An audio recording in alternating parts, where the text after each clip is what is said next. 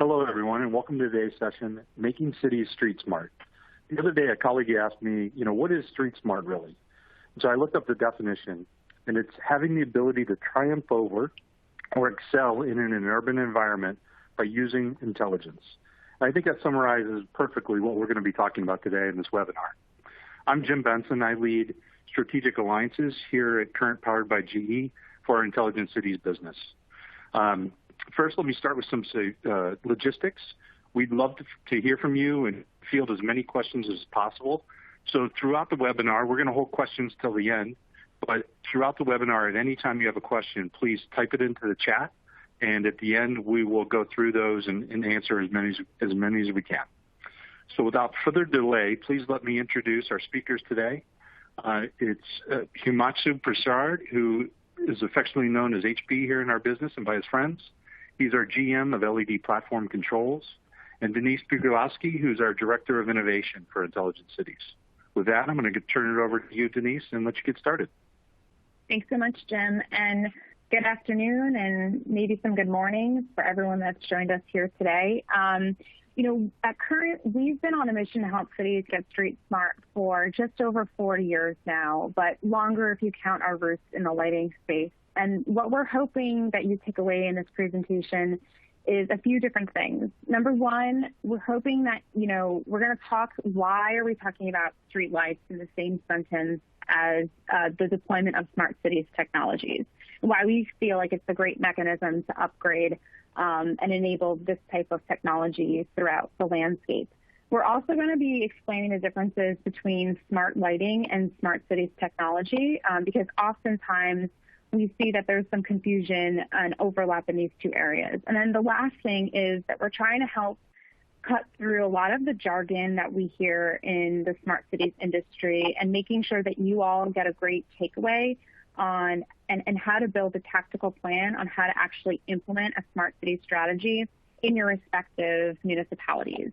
So with that, we're going to provoke a little bit here, and these are some of the foundational questions that we're hoping to ultimately get to in the area of smart cities. So, when we think about what does it mean to live and operate a smart city, I think fundamentally as a citizen, as a business owner, we all desire that our cities become more safe, more efficient, convenient, sustainable, and economically moving. But those are very aspirational goals. And so the concept, of smart cities is how do you achieve those goals? And, as Jim kind of alluded to the definition, we believe that in part of that, a smart city has to use real-time and historical data to impact the day-to-day decision-making. So, take a look at some of these questions. My favorite one is, what if in rush hour meant that cars were actually rushing around versus being in a standstill? And we're going to revisit some of these concepts later on in our presentation as we go through some more tactical use cases and what the different technologies that need to be enabled in order to enable these different use cases. So if we move on to the next slide, this takes us to why are we talking about street lighting infrastructure in the same breath as smart cities? And, if you break down what is required to get street smart and we think about the components that exist within the street light, it does make a lot of sense. So the first thing that we'll point out is why use your lighting infrastructure. It's got 24/7 power. And a lot of these different technologies require, start with power in order to enable them. So I think that's a really important point. The second piece here is that streetlights are in a very unique vantage point within cities. They have almost this bird's nest view of what's happening in the street below and the sidewalk beside what's happening. So they have a really unique position to take in a lot of very interesting sites without obscuring the aesthetics of a landscape. And then finally, they're ubiquitous, which is just, again, a fancy word of saying that they're really everywhere. They're everywhere that people are, that cars are, that events are happening and taking place. and they get very close to, they become a very interesting point in which to collect data. So for those reasons, that's why we suggest starting a smart cities journey by leveraging an existing streetlight infrastructure that you might have. So before we get further down into some of the use cases, we wanted this webinar to be educational, and so we wanted to break down some of the key technical concepts that are really, really important when evaluating what is the right type of technology to implement. And so I'm going to pass it over to HP to explain some of these foundational concepts. Thank you, Denise. Good morning, good afternoon, everyone. Thank you for joining the webinar. So what I'm going to do is try and explain three key definitions, and we'll be reusing these three words, let's say, that you see here: bandwidth, latency, and edge analytics throughout the presentation, and you'll see how these related to the various concepts of smart lighting versus smart city. So let's start first with bandwidth. Bandwidth is essentially, think of it as the size of the pipe. The larger the pipe, the more data you can flow through the system. And if you look at the illustration there, it's like a single lane road versus a 2-lane road. And you can see that a 2-lane road has twice the bandwidth as a single lane road. And this is of course on the road, but you can translate the same concept to data communication. And when you see the different protocols that you hear, very, very common, all of us are familiar with cellular, LTE, whether it's 3G, 4G, and 5G coming up. Wi-Fi, we are very, very familiar with, and of course, wireline type of communication with fiber or using copper or Ethernet. These are considered high bandwidth because they have the ability to process a lot of data or have a lot of data go through the system. There are many low bandwidth protocols as well, like the list that you see here, the 6LoWPAN, Zigbee, Thread, CAT-M, NB-IoT. So these are low bandwidth because they process, or the way the protocol is written is such that they are optimized for low data rates. And the reason this is important is that there are certain use cases that are really requiring only low bandwidth, and so it's perfectly acceptable to use these protocols. But certain use cases require a very high bandwidth because they need to process a lot of data. So keep in mind, bandwidth, again, is the size of the pipe. The larger the bandwidth, the more data you can process. The second concept is latency. So latency is essentially, think of it as the time it takes to go from a point A to point B. And it can be for regular time duration that you measure, but in this particular instance, we are talking about data. How long does it take for a data to go from a point A to point B? And again, from the illustration, what you see there is if it's a low bandwidth network, the size of the pipe is small. And if it's a high bandwidth network, the size of the pipe is large. And typically what you'll see is the higher the bandwidth, of course, the data travels faster from point A to point B. The other aspect that is important to understand when it comes to latency is in terms of the networks. So there are typically two types of networks that you deal with. One is a star network, essentially where the data, let's say if it has to go from point A to point B, it goes directly from point A to point B, like you see there with a single arrow. The other type of networks that you hear about a lot is mesh networks. And so here what happens is for the data to go from point A to point B, it goes from A to, let's say, the small a, and then small a to small b, and then small b to small c, and finally to B. So this is quite common in many of the mesh networks. And of course, when this happens, it takes a much longer time. The latency is going to be essentially much higher. So that's another important concept. And the reason why latency is important is there are certain use cases where you need to have really low latency, and there are certain use cases where a higher latency is acceptable. And so typically, like I said, when you have a high bandwidth network, you get low latency. And when you have a star network, you get low latency. So that's the second important concept when we look at smart lighting versus smart cities. The third one is edge analytics.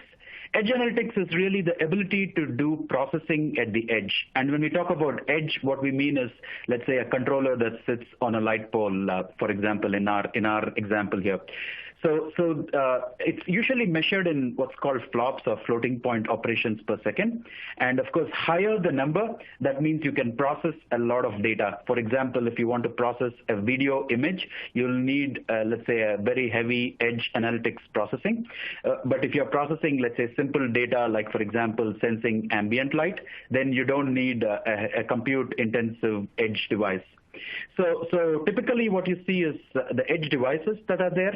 Microcontrollers typically have very low analytics capability. The microprocessors, like for example Intel's Atom and equivalent, they have a very high edge processing capability and edge analytics capability. And then finally the graphics processors, like the NVIDIA graphics processor, for example, also has a very high edge analytics capability. And so keep in mind these three terms, because we'll see how these relate to the various concepts of smart lighting and smart city as we go through the rest of the presentation. Exactly. And if I can just summarize what HP very eloquently explained, but my cheat sheet for these three terms is bandwidth I equate to capacity, latency I equate to the time it takes, and then edge analytics I equate to the brains of the operation. Good. Thank you, Denise. So the next one, we'll start off with the evolution of essentially how the smartness, let's say, and it all started with LED conversion. So we know that converting from conventional lighting, HID, HPS to LED is clearly saving 50 to 70% energy, and so that's essentially a no-brainer. Everybody is doing it, and they're in various stages of conversion right now. Many of them have already done this, and others are doing it as we speak. So this is something that is happening in the industry. And when it comes to LED, of course, the three concepts that we discussed that you see at the top right, the bandwidth, latency, and edge analytics, they're really not applicable. But now, as we migrate now from LED to smart lighting, so here what you see is smart lighting. Of course, what we do is we use it for energy savings. We can remotely monitor and control the lights. We can dim the lights.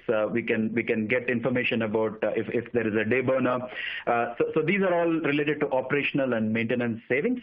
And in this scenario, what you'll see is that the bandwidth requirement is actually quite low because the amount of data that you are sending back and forth between, let's say, the edge and the central management system is very low. And also the latency is not as critical.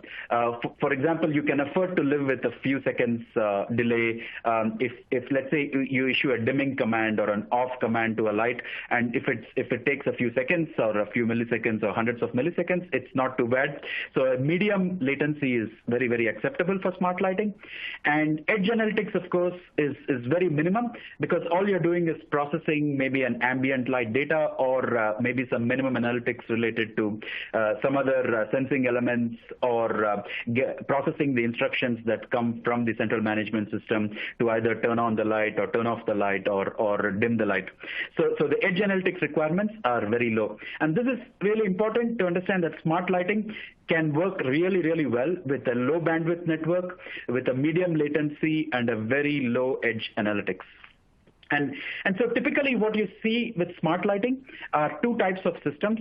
A mesh-based system and RF mesh-based system. I mentioned earlier, like a mesh network. And here, the way the system works is that every one of these that you see here is a light pole with the light fixture and a controller that sits on top of the light fixture, like what you see, this black color node.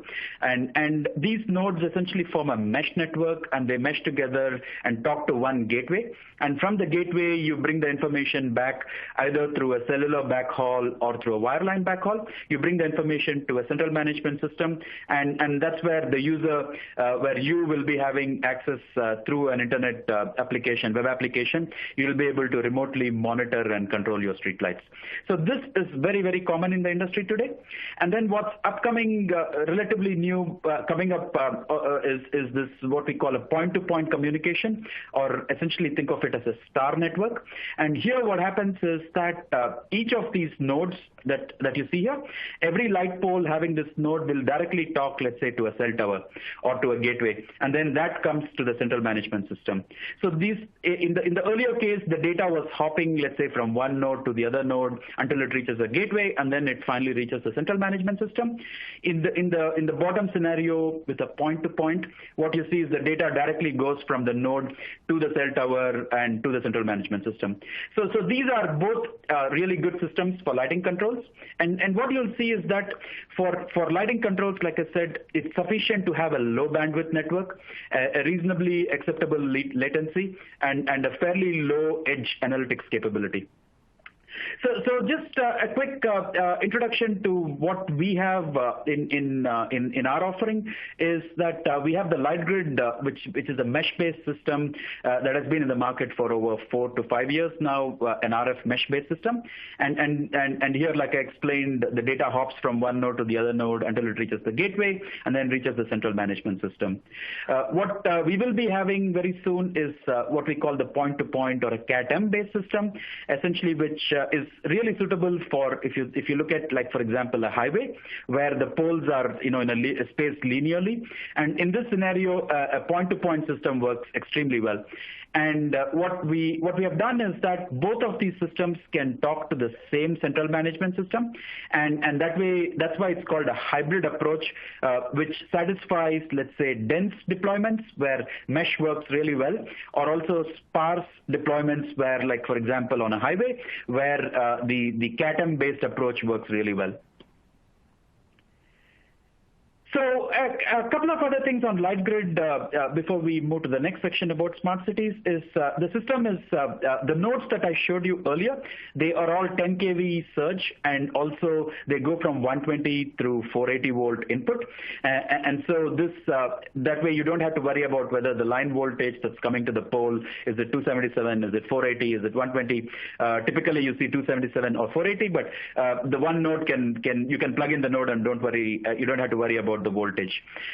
So there are many things you can do with the system, like remotely monitoring and control your system, which you see here. You can streamline your operations because you get information about day burners or dark nights, and of course there is energy metering inside the node that measures the amount of energy consumption by the light fixture, and this information is made available through the web application. So these are all features of LightGrid. So some of you are familiar with LightGrid. We have been had this in the market for the last 4+ years. So what you see here is that what we talked till now is smart lighting. Now we are transitioning from smart lighting to smart cities. And here what you'll see is the requirements are a little bit different. And if you look at, for example, bandwidth, latency, and edge analytics, right? What you'll see in the next few slides, we'll walk you through several use cases. The bandwidth can be, depending on the use case, it can be low and high, or same thing with latency, depending on the use case, it can be low or high, and same thing with edge analytics, it can be low or high. And so what we'll show you is that for a smart city system, you need to have the flexibility to support all of these scenarios. Okay. So with that, hand it back to Denise on some of the use cases for smart cities. Thanks so much, HP. So, the first use case that we're going to walk through as we transition over into the smart city space is gunshot detection, right? So the situation here is that there is a gunshot incident, and microphones that might be deployed in an area can triangulate that acoustical footprint of that gunshot incident and process it to then proactively send that notification to a 911 dispatcher before anyone picks up the phone and reports the incident. This would enable first responders to proactively go to where that crime or that gunshot was fired within inches, to be able to make sure that everyone is okay, collect any important evidence, or possibly even catch who fired that gun.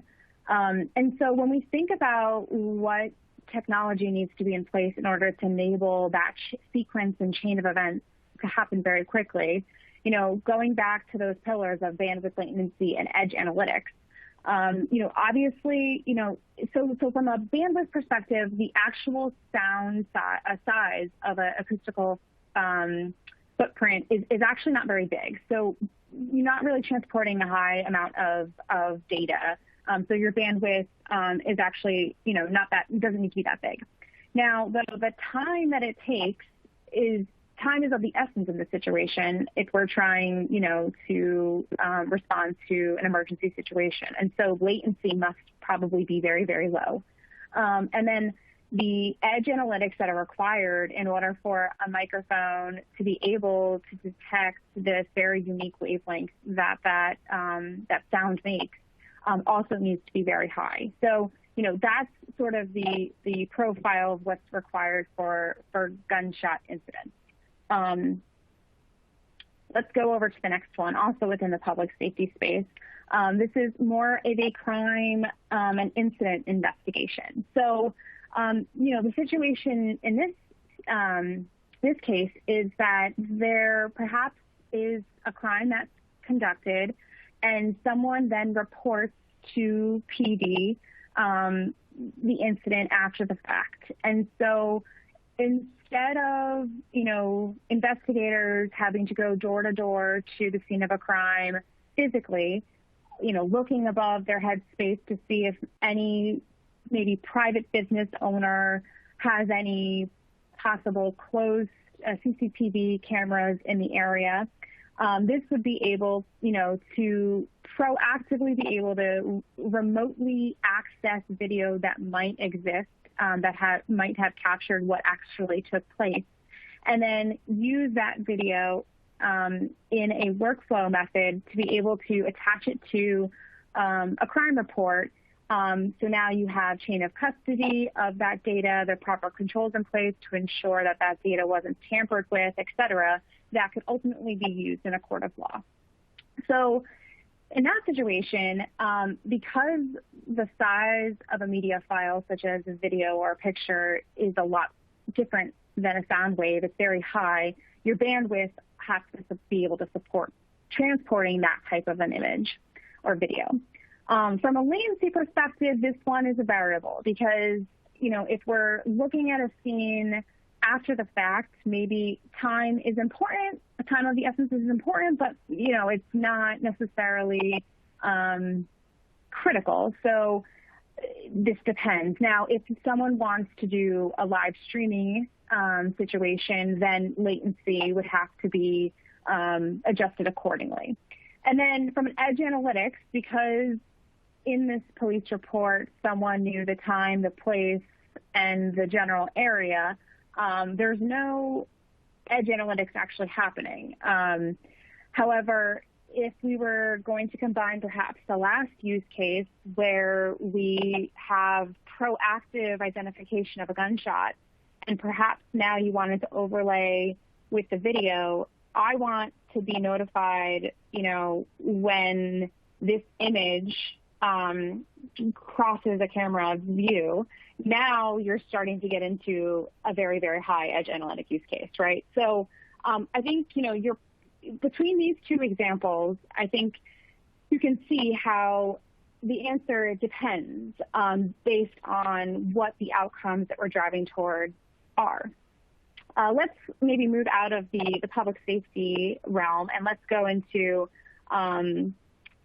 although as consumers, maybe a little bit more stressful of an area, depending on if you get a lot of parking tickets, parking use cases. So, there's sort of two elements to parking. You've got parking guidance or navigation. That would be where you're, going downtown to an area, perhaps to watch, go to the theater or go to a sporting event, and you'd like to be informed of where there might be open parking spaces on the street. So in this situation, traditionally, in order to get this information, there's some type of sensor, whether in the ground or on the meter, that's installed, that's able to detect an object that might be blocking that area. Now, that object could be a car, but it also could be something else that's not a car that's obstructing that parking space. So, from an edge analytics perspective, if it's, yes, it's available or no, it's available, it's actually pretty low because most parking sensors today don't necessarily specifically detect cars. They just detect something obstructing that area. So there's not very savvy analytics going on there. From a latency perspective, parking spots are changing probably very often, especially in more busy areas. And so if you're driving your car, you want to make sure that you're getting very real-time information. Otherwise, by the time you get to that parking space, if it's too late because someone might have already taken it or it's already changed over. And then, and the bandwidth is correlated to that. So that's the parking guidance scenario. If we move over to the parking enforcement scenario, this is a little bit different because this is now, you might be responsible for walking a beat within a city, and if someone has overstayed their welcome in a spot, presenting them with a citation. And so, this is maybe a handheld camera being able to detect license plate recognition and being able to issue that citation accordingly, right? So, that bandwidth, your in latency and edge analytics are adjusted accordingly. Let's go on to the last use case here, because I think you probably are all getting the gist that the answer really depends based on what the objective that you're trying to achieve here is. This is now going into some Vision Zero elements here, pedestrian and bicycle safety.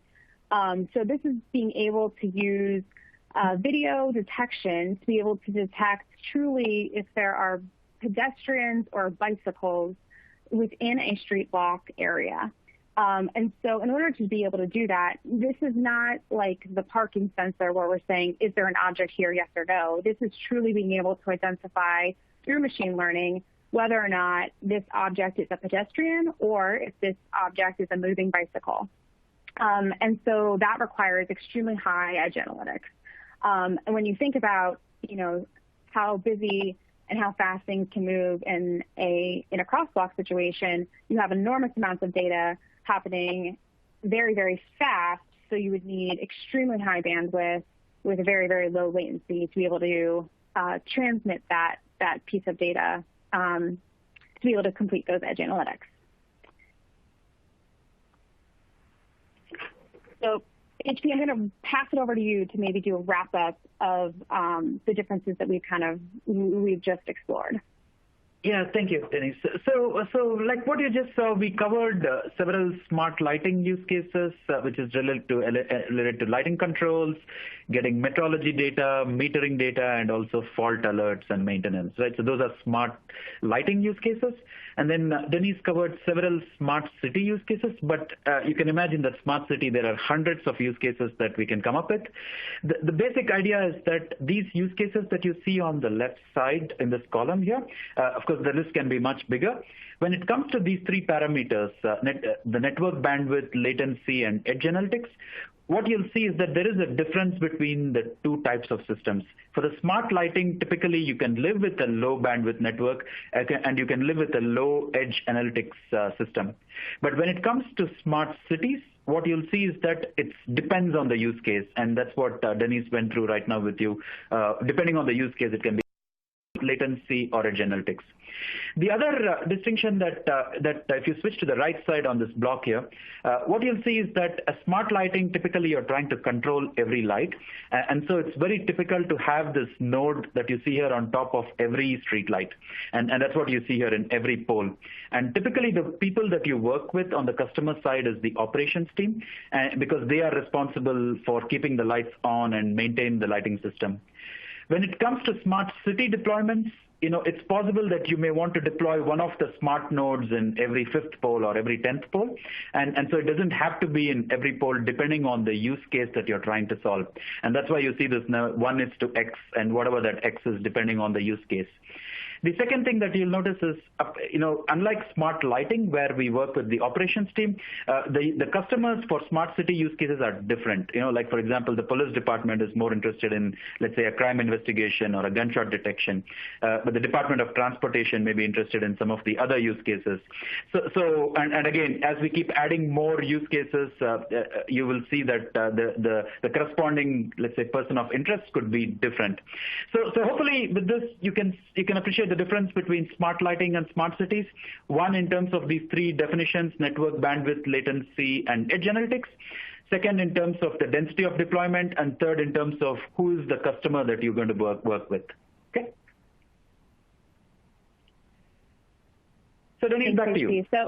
Thank you. So we don't have the polling feature enabled in this webinar, so I'm just going to have to maybe through ESP kind of get a feel for what your preference is. But let's explain kind of this cutesy little poll that we have here. So option A here, so this is back to the days of before we had the iPhone, and we used to carry around all these different disparate devices. We had cell phones, we had cameras, we had flashlights maybe attached to our heads to be able to see it in the evening of runs. We had Walkman, maps, etc.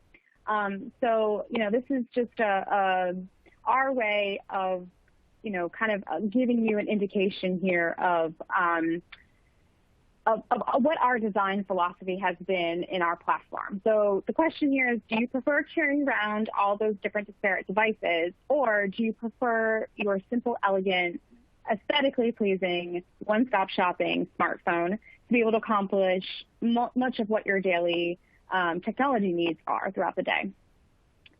So I'm hoping that you're all pointing to the B picture. Because if we go over to the next slide, and if we equate it to what we're seeing as a trend across smart cities and lighting infrastructure, we're seeing similar things happen. So every single use case that I described in the earlier slides is technology that is available today, but is available as a separate standalone singular use case. Solution, right? So it's really, really good at only gunshot detection, or it's a very, good camera in a CCTV system, or it's a parking puck that is, put in the ground or on a parking meter to detect whether or not something is occupying that space. And so what that leaves everyone in, cities and with is having to install and maintain all of these different disparate devices and technologies and systems.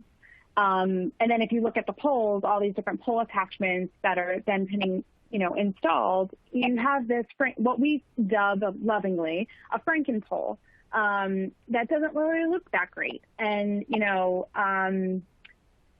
presents a few challenges of its own, especially when you consider how expensive it is to roll a truck to that pole.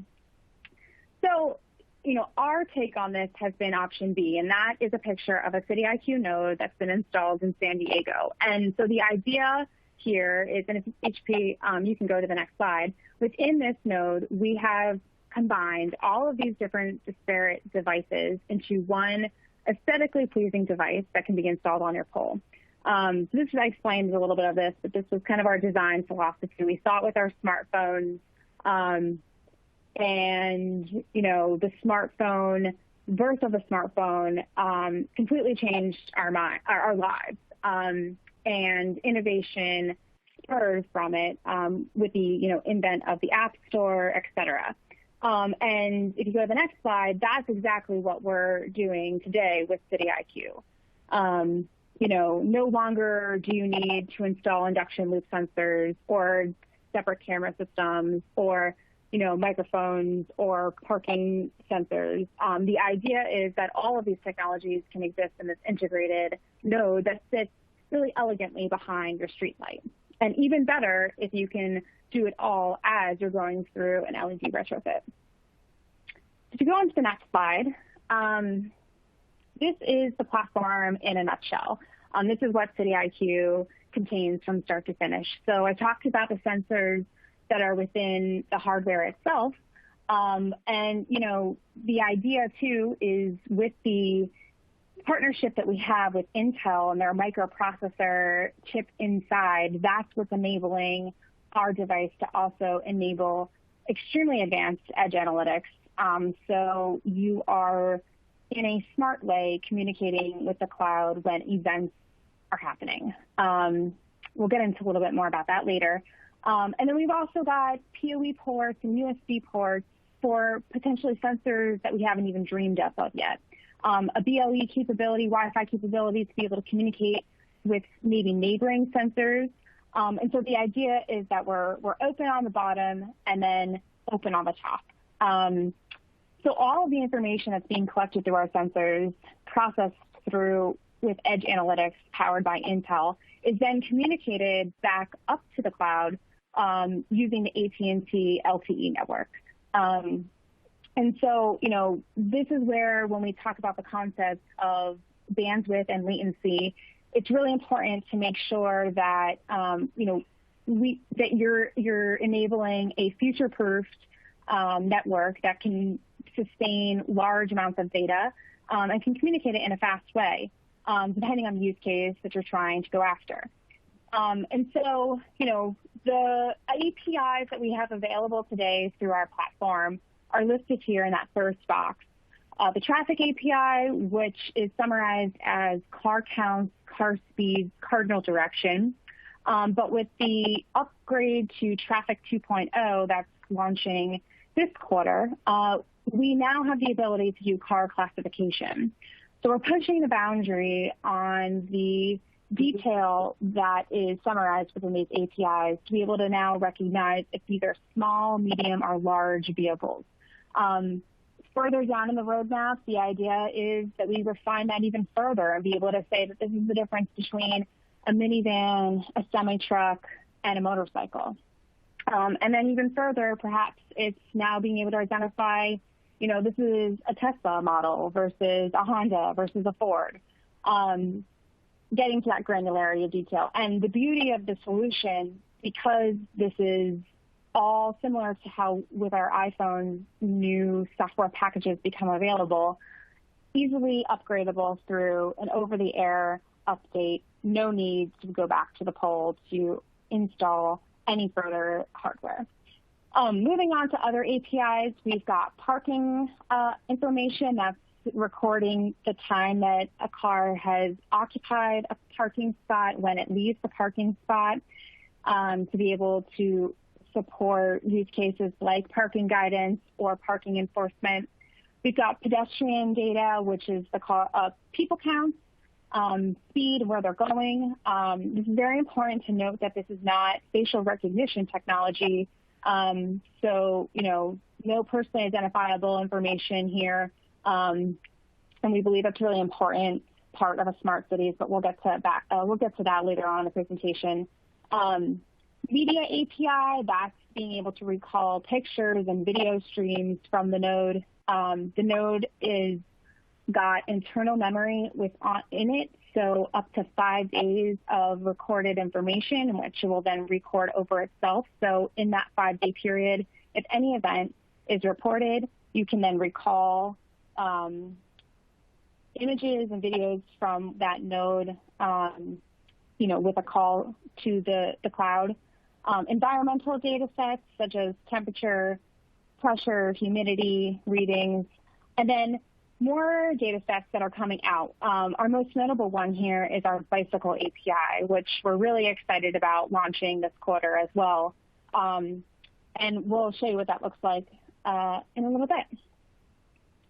So that's where our APIs end, and then that's when our ecosystem community comes in. And so the idea is that they're ingesting these data sets and being able to deliver on the outcomes that we talked about earlier in these slides, right? Gunshot detection with our partner with ShotSpotter, video management systems with the help of companies like Genetec, parking applications like those that you might find from Civic Smart, et cetera. And then the idea is that if you have local challenges and want to, just like the Apple Store did with the invention of the iPhone, and want to inspire, communities and local universities and maybe startup communities to help you solve your local challenges. The idea is that because this is an open platform with easy to consume APIs, anyone can develop an app off of these data sets. HP, you can go to the next slide for me here. This is just a further look at the different form factors that the hardware comes in. We've got a horizontal node, which is on the left, a vertical node on the right for more decorative fixture types. But the idea is that this is a simple retrofit that sits either beside the fixture or below the fixture. Easily blend. We joke that beauty is in the eye of the beholder, but we believe that this is, a very aesthetic way to blend in to your city landscape without very obviously looking like cameras and other sensors that you might see. If we move over to the next slide, these next few slides are just helping to visualize how the machine learning actually works and how we're able to translate it into the APIs. So you've got down below this moving image of the traffic, the pedestrian counting, and then the parking detection.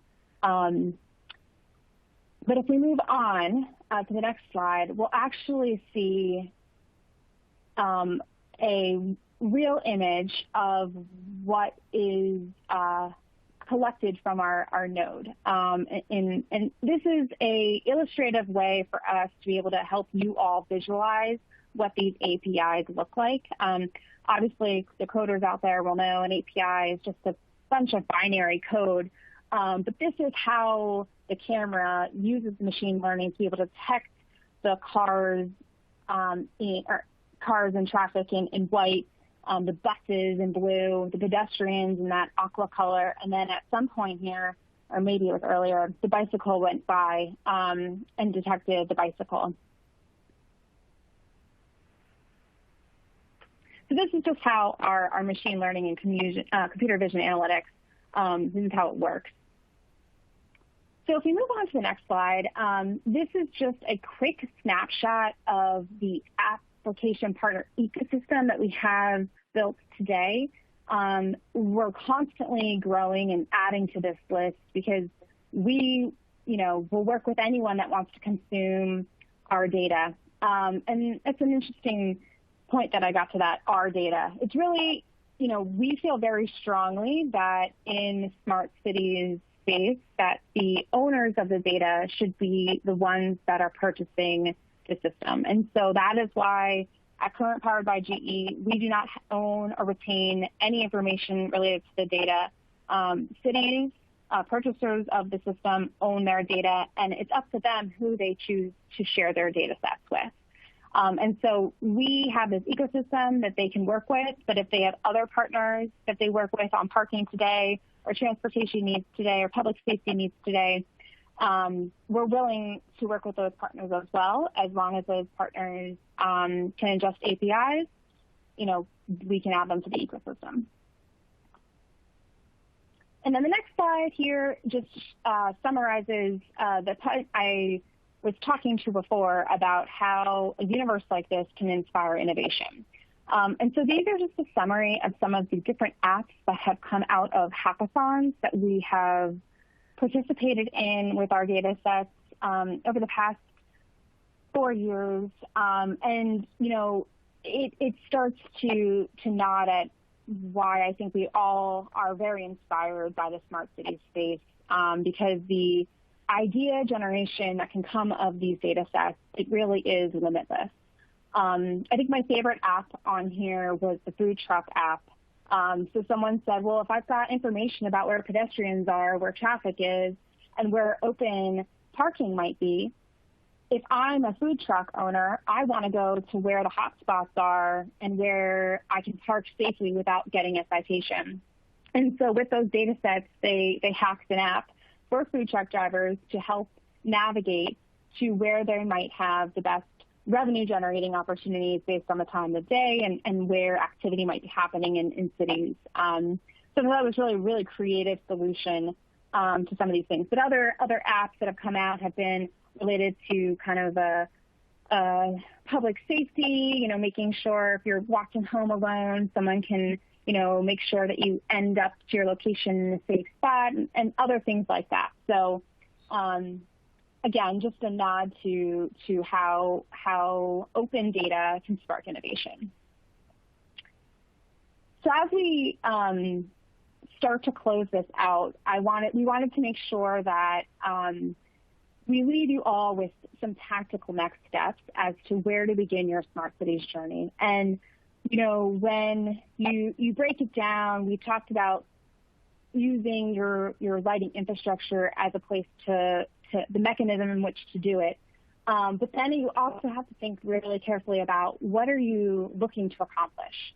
Because as we learned in the use cases, whether it be strictly about lighting or more diverse within smart cities, your edge analytics, latency, and bandwidth requirements are going to vary depending on where what you're trying to accomplish. And so having a really clear goal of where that end is in mind is going to help you determine what are the different technologies that I'm trying, that I need to solve for that. And making sure that you look at the cross-section of goals and not limit yourself by installing technology that might be, singular in nature and, not future-proofing what you might need in the medium term. So the last slide that we have here within this presentation are just other factors that we've seen through our different deployments that we've worked with other municipalities and utilities, and what has led to success. And we saw this in a presentation that Deloitte had made, and it really resonated with us. And so we tweaked some of the things here, but I talked about it being outcomes-based is really important, making sure you're driving toward really tactical and tangible goals, but then also having networked leadership and having multiple different stakeholders that, we saw you might have the interest of police or public works or your parking department, and making sure that all those stakeholders are joined at the hip with that vision in mind. Data governance, this is a nod to making sure that you don't underestimate the different policies that might need to be put in place within municipalities to be able to handle these new data sets that might be coming your way. Are you going to allow access for everyone? How are you going to handle requests for access, things like that?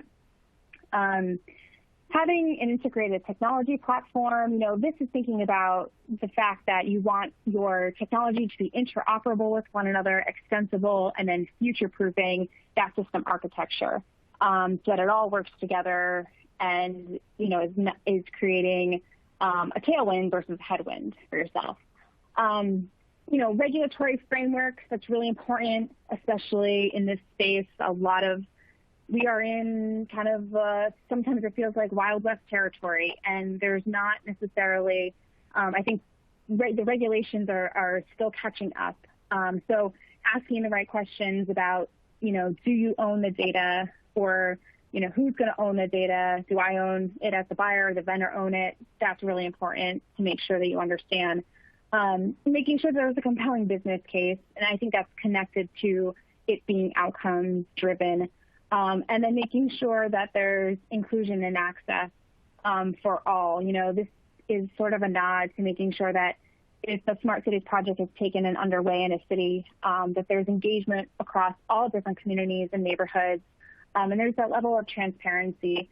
Because I think a lot of people think that smart cities equate to something scary, and in the Big Brother category. And I think that if you ask the right questions and you understand truly what the data sets are, and you educate those community members around what those data sets are and how those data sets can ultimately help them, then I think that it just creates a stronger and tighter cooperation among community members and city stakeholders. So with that, this concludes all of our slides, but Jim, I'm going to pass it back to you to see if there's any questions that have come in along the course of nearly the hour here. Great. Thank you, Denise and HP. That was very informative. Let's start with this one. It's a really good one. Denise, I'll let you take the first shot at it. The question is, can various functions of the City IQ sensor be individually enabled or disabled? For example, if there are privacy concerns but interest in other functionality, could one disable the camera and still keep some of the other functionality? Yes, I love that question. Yes, with our City IQ platform, you, the buyer, have complete authority as to what you want to use and how you want to commission and set up your system. So that flexibility exists, and you can tie it to what maybe your data policy and framework is within your city. So I'll give you an example related to the media storage. So this came up in one of our deployments. They were very concerned about recording any video of what's happening in the street for citizen privacy concerns. And so while the City IQ node has up to 5 days worth of storage that we can handle, if you want to turn that functionality off, you can, and you can still get the benefit of understanding what your pedestrian counts are and your traffic counts are and bicycle counts without having the ability to actually recall the video image. And that's because we have edge analytics that are running on our node that are collecting and counting those data sets without requiring us to save the video from it.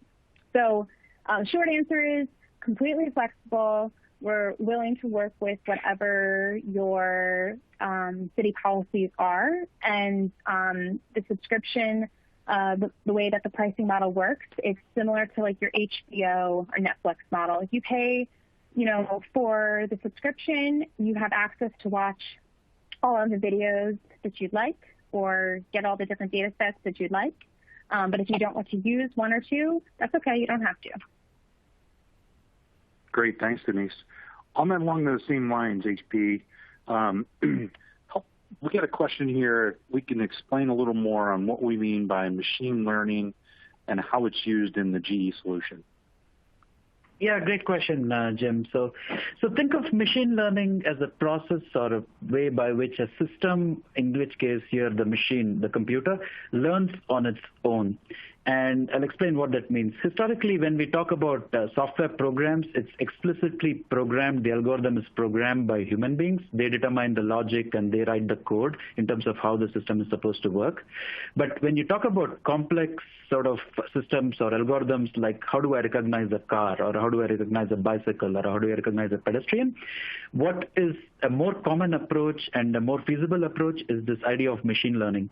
And the way this works is that you teach the computer how to recognize an object by feeding in thousands and thousands and thousands of images.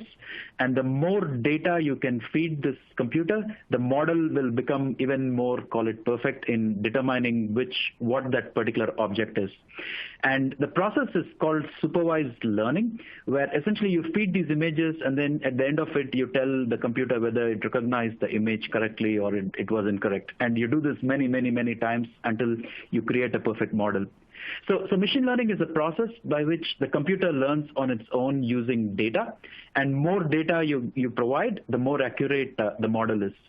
And I want to tie it back to the GE system because what we have running on the node or the City IQ node at the edge, like we said, is there is a powerful Intel processor with lots of processing capability. And once we have, let's say, a new use case, for example, Denise talked about recognizing a car or a pedestrian or a bicycle, but let's say you have a new use case like you want to recognize stray dogs. So the way you do this is first you feed the machine learning algorithm with lots and lots of images of dogs, and then once we perfect the model, then we'll be able to, let's say, upload this particular algorithm through over-the-air upgrade into our node.